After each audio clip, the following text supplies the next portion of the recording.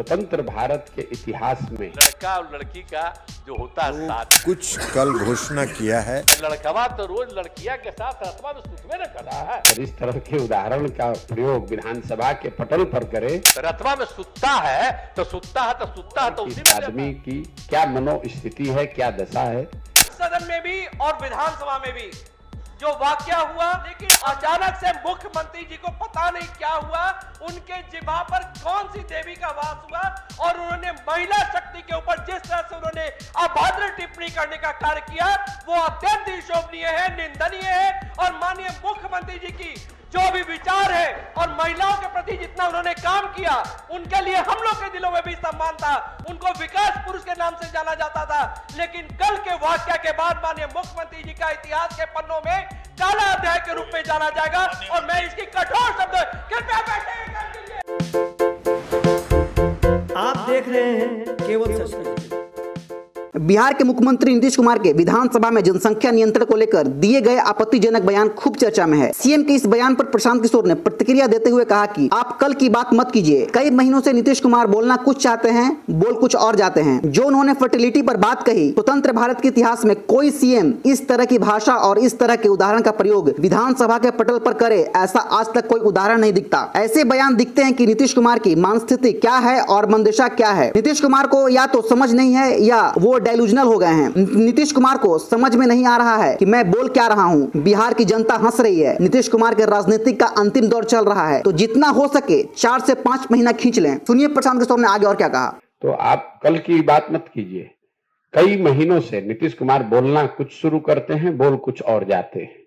अब कल उन्होंने जो फर्टिलिटी पे जो बात कही है, स्वतंत्र भारत के इतिहास में कोई सिटिंग मुख्यमंत्री इस तरह का भाषा और इस तरह के उदाहरण का प्रयोग विधानसभा के पटल पर करे, ये आज तक कोई इसका उदाहरण नहीं है। ये दिखाता है कि इस आदमी की क्या मनोस्थिति है, क्या दशा है। या तो उनको समझ नहीं है या डिल्यूजनल हो गए हैं। मैं अंग्रेजी में रोज कहता हूं डिल्यूजनल हो गए हैं। उनको समझ में नहीं आ रहा कि हम बोल क्या रहे हैं और पूरी जनता हंस रही है।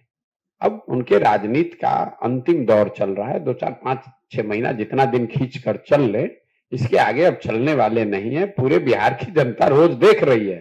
सिर्फ एक बयान का मतलब नहीं है। उनकी असंवेदनशीलता, उनकी राजनीतिक हाराकिरी, कभी उलट के दाएं कभी उलट के बाएं।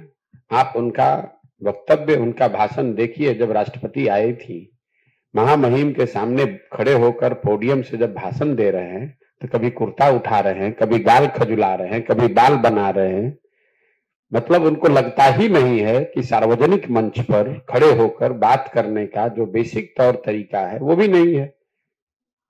और ये रोज की बात है। छपरा में लोग जहरीली शराब से लोगों की मृत्यु हो गई, तो राज्य की मुखिया के होने के नाते शोक संवेदना व्यक्त करने के बजाय पॉकेट में हाथ डालकर हंस रहे हैं, कह रहे हैं कि जो पिएगा वो मरेगा।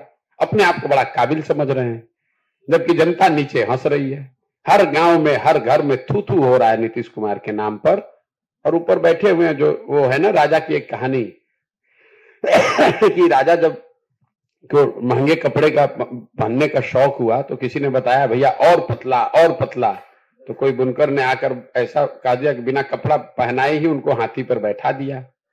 राजा घूम रहे, लोग कह रहे वाह वाह कितना बढ़िया कितना बढ़िया। राजा नंगा घूम रहा है, उसको पता ही नहीं चल रहा है कि मैं नंगा हूं। तो नीतीश कुमार की वही हालत है। वो और उनके 4-5 दरबारी मिलकर बता रहे हैं कि सर बहुत अच्छा बहुत अच्छा। और नीतीश कुमार को लग रहा है कि मैं बहुत बढ़िया होते जा रहा हूं। सच्चाई यह है कि जनता हंस रही है उनकी मूर्खता पर, उनकी अज्ञानता पर, उनकी नासमझी पर, उनके कुशासन पर। और उनको दिखेगा जब कोई आदमी खड़ा होकर कह देगा कि सर आपके शरीर पर तो वस्त्र ही नहीं है। और वो जनता को वो दिखाने का अवसर आएगा चुनाव में जब उनका दल हारेगा, तो दिखेगा उनको आईने के तरह कि उनके शरीर पर कुछ बचा ही नहीं है, उनके दल का कुछ बचा ही नहीं है, जनता में कुछ बात उनके लिए बची नहीं है।